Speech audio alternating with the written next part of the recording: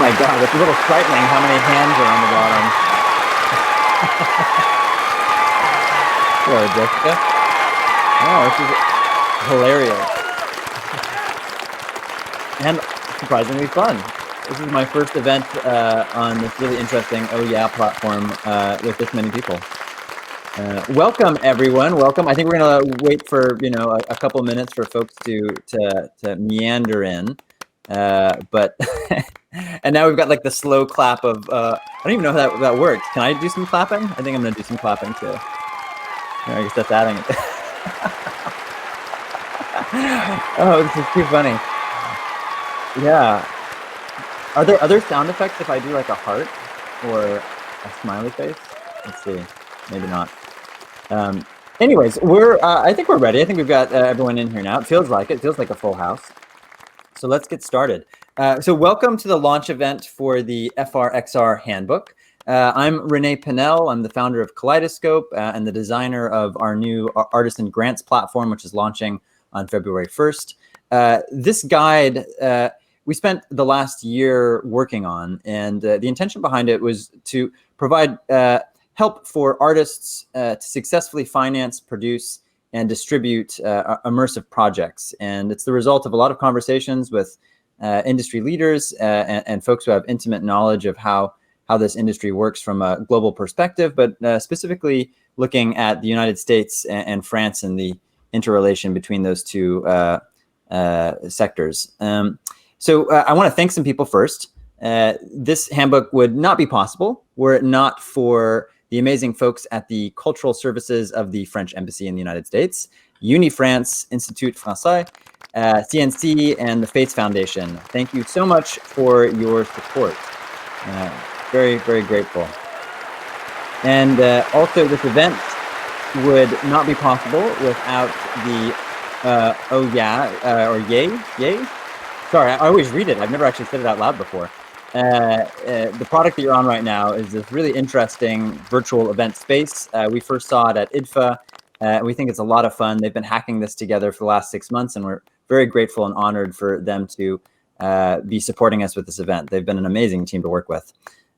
We at Kaleidoscope love working with French artists and the French immersive industry. It's incredibly supportive, incredibly robust. So I think that's a good thing to clap for. Without the sort of the French XR industry, I think the last couple of years would have been really hard to weather for artists who are doing innovative artistic stuff. They've got government support for funding in a way that other countries, certainly the United States, doesn't have. And I want to especially thank Emma Bouton and Valerie Moreau at the French Embassy in the United States. They really spearheaded this, so thank you, Emma and Valerie.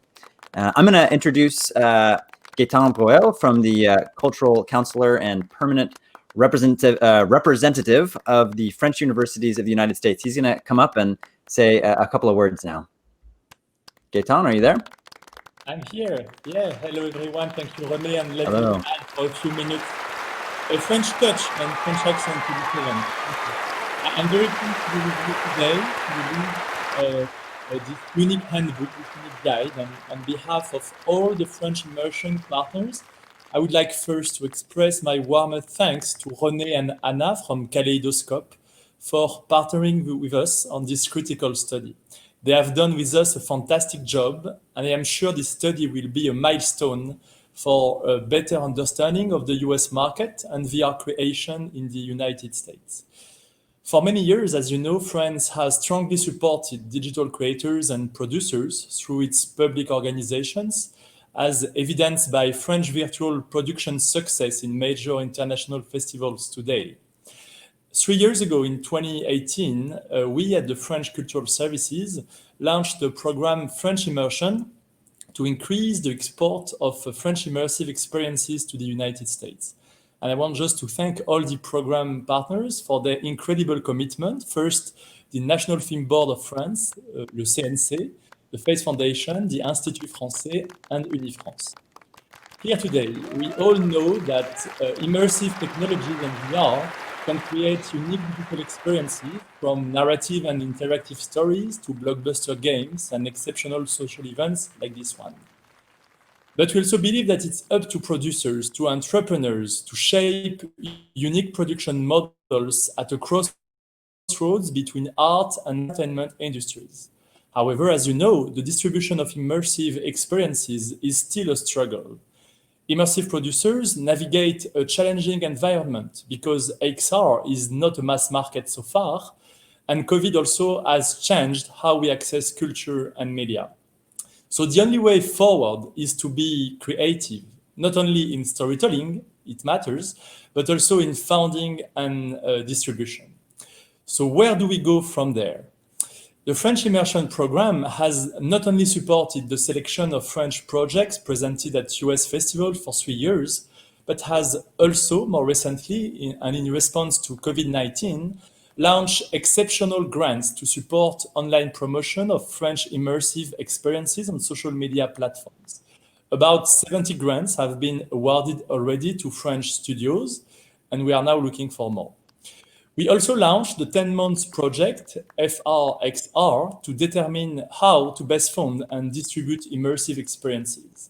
Alongside Kaleidoscope, we reach out to more than 500 professionals through surveys, interviews, and online events. And today, with René, Anna, and the team, we are delighted to invite you to read the result of our efforts, a handbook full of market insights, business recommendations, and good practices. There is more to come, of course. We are now working on an ambitious new media residency program to welcome several producers and artists to New York a year to immerse themselves in the city vibrant creative ecosystem. We are also working on Games for Good, an initiative to foster inclusion in the gaming industry. In 2 words, stay tuned for more. In closing, I would like just to thank all the American and French professionals who took part in this ambitious project, with special thanks again to Kaleidoscope and to my team, in particular Valérie and Emma, our VR experts.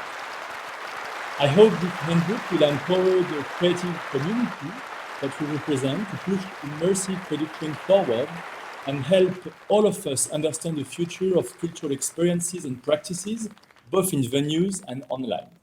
So it's just the beginning. Enjoy this presentation and let's continue this discussion beyond. We are really at your disposal. Thank you.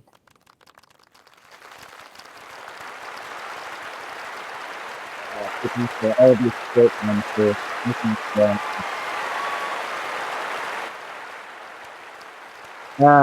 next, I'd like to welcome up my amazing, incomparable producer. There's no one else on earth like her. She's a force of nature. Anna Brzezinska. She is the primary author of this report. She spent countless hours talking to amazing people and digesting it all and drafting this up for your enjoyment. So Anna's going to come up and give you a little bit of overview of how this report works. Thank you. I'm waiting for this applause to just kind of continue, you know, on and on. I could listen to that forever. All right.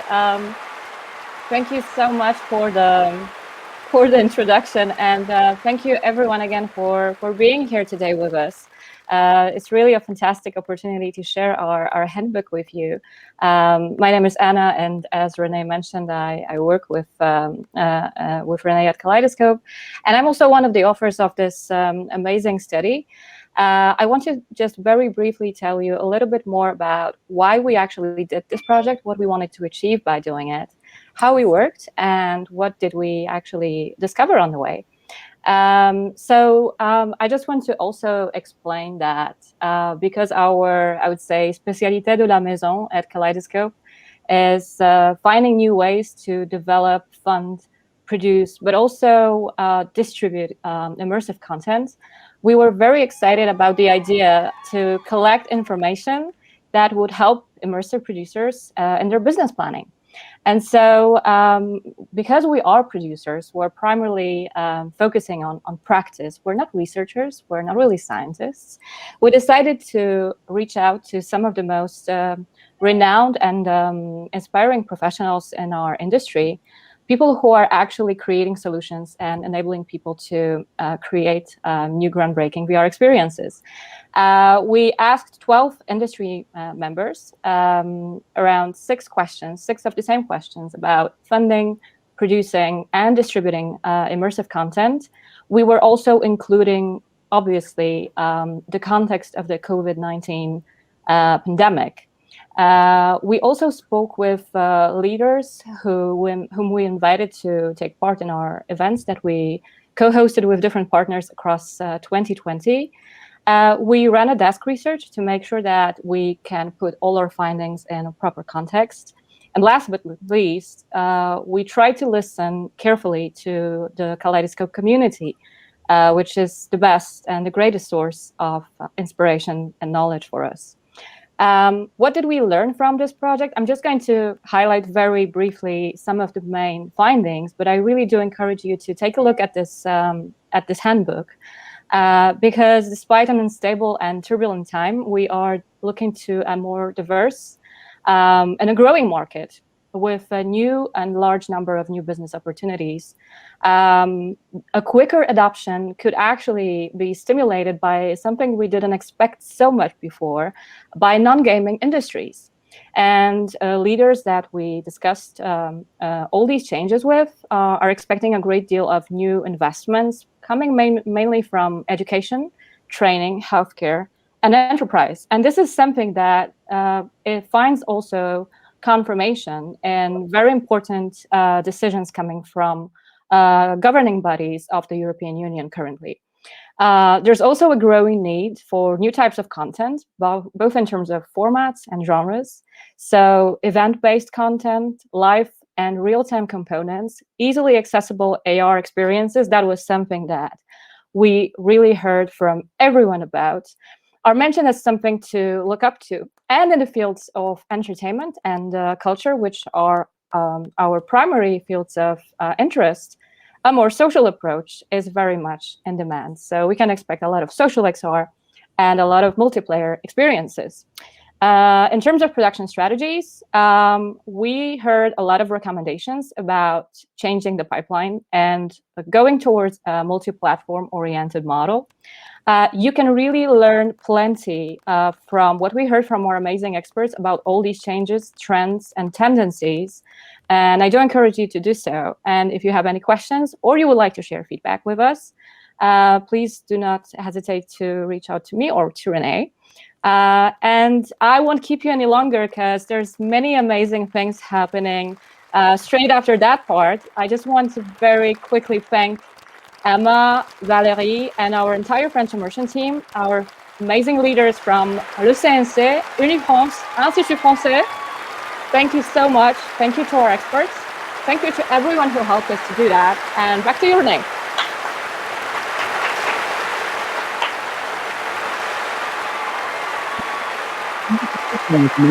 Like some sort of deep part of your animal brain is stupidly satisfied by all this digital applause. I could just have this on loop whenever I'm feeling down. All right. So next, we're going to welcome up some of the experts we talked to produce this. First, I'd like to welcome Amy Zimmerman from Unity. She leads the Unity for Humanity program there. Amazing program that gives grants to projects built with Unity that push humanity in a better direction than the one we're in right now. Amy, thank you for joining us. My pleasure. Oh, you're right. This applause is hilarious. Oh, wow. I know, you really feel it, right? Oh, my goodness. Totally. Warm and fuzzy. Thank you so much for having me. And I just kudos to you guys, like Kaleidoscope and you and Anna and your team for doing this. It's just remarkable. I'm such a fan of your work. So bravo. Basically, we just wanted to ask you, as well as the other experts we're going to bring up, the same sort of question, which is, sifting the tea leaves. Where do you see Immersive this year, next year? What's the state of the market? Oh, well, you guys are doing remarkable things out there. I'm just here to enable more creators to create change. But what I'm seeing is really, really interesting. I mean, the industry has matured. the projects that I've seen come through Unity for Humanity are so mature, so thoughtful, and spurring real world change, or have plans to create real world change, which is so remarkable. A couple of things that are sort of surfacing this year through the program.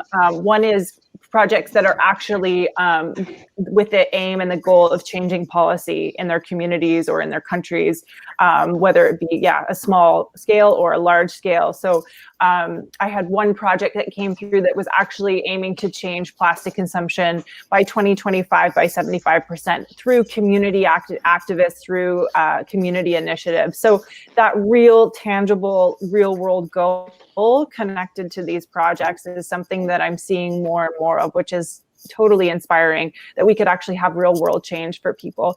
And the other thing that I'm really seeing through, and maybe it's because of COVID, or maybe we're just getting really clever, but are these platforms connecting people through this technology, through real-time 3D, through Unity, whatever mechanism you use, but really connecting us. And that's sharing resources, for example, like personal protective equipment, platforms to be able to share those resources across communities, across countries even, sharing art, and really taking the pressure off our environment of having people physically in spaces, but that we can all engage with these platforms. So those platforms are maturing as well, which is really exciting.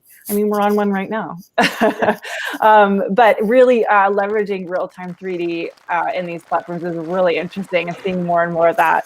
And the last thing is digital health and well-being. And we are in a, because of COVID, in a climate where people are really changing the way we do digital health and well-being, and doctors getting into real-time 3D, particularly to remote train people. So training people that aren't in a fancy hospital, but perhaps in like really remote conditions, whether it be training them for COVID-19, different treatments, or any type of surgery, etc. That's a really interesting thing that I'm seeing come through Unity for Humanity. So hopefully that answers your question. And then I'm excited to see how it continues to evolve. And this is really just also a spur. After we bring up a couple other people in chat for a minute, we're going to break off into individual rooms to meet some of the French studios and also continue these conversations. So people scribble notes down from what Amy says and what Joanna's going to say, and then you can talk to them later about it in more depth. Thank you, Amy. Hi, Joanna. How are you doing? I'm well. Am I on? Am I here? You're Hi, everybody. on. You're here. You're there. Hello. Wherever there is. Hello from New York City. That's where I am right now. Big days in the United States these days, this week. Well, I still have my pearls on from yesterday. It's great to be here with you all. My name is Joanna Popper. I'm on the HP virtual reality team. I've been almost 3 years with HP now, so it's been a bit, and it's been fantastic time to be in this industry and be working with so many of you. And yeah, when I joined HP, I was very focused on location-based entertainment, and so worked very closely with operators around the world, companies like Dreamscape and Zero Latency and Surreal, and so many of the people on this call. And also, we had the opportunity to support a ton of fantastic projects at the different festivals or tech conferences, and had back in the era where we used to travel and go places, had the opportunity to even bring our headsets and backpacks and PCs and desktops to festivals to work with people directly. So the main way that we support in this environment is connecting people with great creative minds and who are pushing the technology and telling amazing, innovative stories. That technology will help them do it. So we are now on our third headset that we've launched. We're shipping the HP Reverb Generation 2. We're going to be shipping the HP Reverb Generation 2 Omnicept Edition, which will have the ability to do bioanalytics as well. So we're really excited about that. That's coming a little later this year. And then a lot of the creatives and creators have been using our backpacks and other HP products. So excited to be here with you all and help power everyone tell these important stories and push the industry forward. Awesome. Thank you so much, Joanna. And Thank you. quick 30-second, 60-second take on Oh, there she goes. She's gone. Never mind. Oh, We'll catch her yeah. later. No, I'm still here. oh, she's back. I don't know. I just was It was wanting the to Oscars. I got ushered off. just because I think you've got, based on your biography, you know, of what you've been working on in the industry. I'm really curious about your take on how LBE will or will not come back, because you were so embedded in that environment, and obviously the last year has been so difficult for those folks. Yeah, you know, it's been, you know, it's what I would say is LBE, and whether that's, you know, an operator or a theme park or at a film festival, you know, was one of the really bright spots in VR prior to COVID, right? And so at that point, I would say that was probably one of the places that most people would get that first really exciting, compelling VR experience. Of course, last year, particularly March and April, most LBEs around the world shut down. And then we started to see, it come back, but it really on a sort of market by market, city by city, state by state basis. So, you know, there are players that we've seen that are able to reopen. It just depends on how situation is. And when they do reopen, we've seen strong numbers. So it seems like there's an appetite to come back.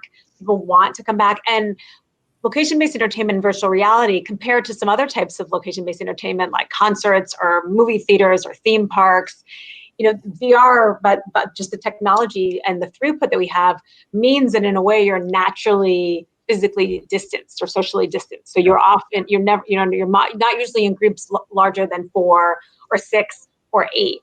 And so that, you know, that means that there is some ability, even in this current environment, that, you know, VR can in some ways come back earlier than some other things. So we are seeing some bright spots. You know, there's plenty of clients that we work with that are still open and still going strong. But, you know, obviously we need to get this, you know, not just for LB, but just in general, we need to get this worldwide situation under control. Wonderful. Thank you for that. And I look forward to chatting with you more about this in one of the breakout rooms. Thank you, Joanne. Thanks, everybody. Good to see you. All right. Now I'd like to welcome Chloe Jari. Hi, Chloe. Good to see you. Hi, Renee. How are you? I'm doing very well. This is, of Where course, are you? Where are you? I am in Portland, Oregon. Oh, great. Rainy, cold Portland, Oregon. Great. But no major protests happening today, which is good. Anyways, Chloe, I'd love to just get your take as, you know, one of my favorite studios. You've produced so many amazing projects. I'd love to get your take on sort of, you know, where you think the industry is now. What do you see the next year as? Just give us your personal perspective on that. Okay, I will give you my personal one because I just jumped in the event. I couldn't get all what the other people just have said before. So, of course, it's quite a strange year we had, even in the virtual world. So, thanks, Anna, female XR power, and so I guess it's the same for everybody. We are all trying to work in this very strange situation right now. Our production are separated by large walls, everywhere, large walls, large oceans that we couldn't cross anymore. And that's very difficult for creative work, I think. Even if we are working on virtual, we need to be together. I was very happy last weekend. I spent a weekend in a physical event with VR, and that was amazing just to see other people. So, of course, we are all trying to find ways to bring VR and ER and all our projects and to support the artists we are working with, and to find a new way to bring all this work. What way, Chloe?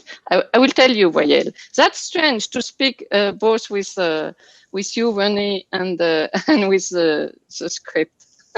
And so I think it's quite difficult to see the future, but we are all working on this, both physical and virtual ways. And I really strongly believe that the two ways needs to be together. So we are working on distribution, and as you may know, we are working a lot with museums, and of course museums are closed in a lot of countries everywhere. So that's not so easy, but this museum needs to be online too. So we are trying to bring our works online on ways. And we strongly hope that all this physical world means to everybody as it missed to us. So as we missed it, sorry, I translate in the wrong way. So we are still also working on physical event for next year, and we hope that all that will be behind us soon. Me too. Mm. Well, Chloe, thank you so much for joining us, and a big round of applause. You do remarkable work. Again, the projects that you've produced are some of my favorite in the industry. So now we're going to transition out of this phase, and we're going to start the next phase of this event, which is where we get to network and hang out. So the way this is going to work is there's 15 amazing French studios. Each of them have their own rooms. Every 10 minutes, you'll get a notification that will allow you to automatically be ported to one. Or you can go to the lobby, and there's a bunch of social rooms that you can hang out in, which Anna and me will be sort of bouncing between. So feel free to meet these studios, connect with the other people that are in that room with you, or go to one of the social rooms to hang out. And with that, thank you so much for showing up to this crazy thing.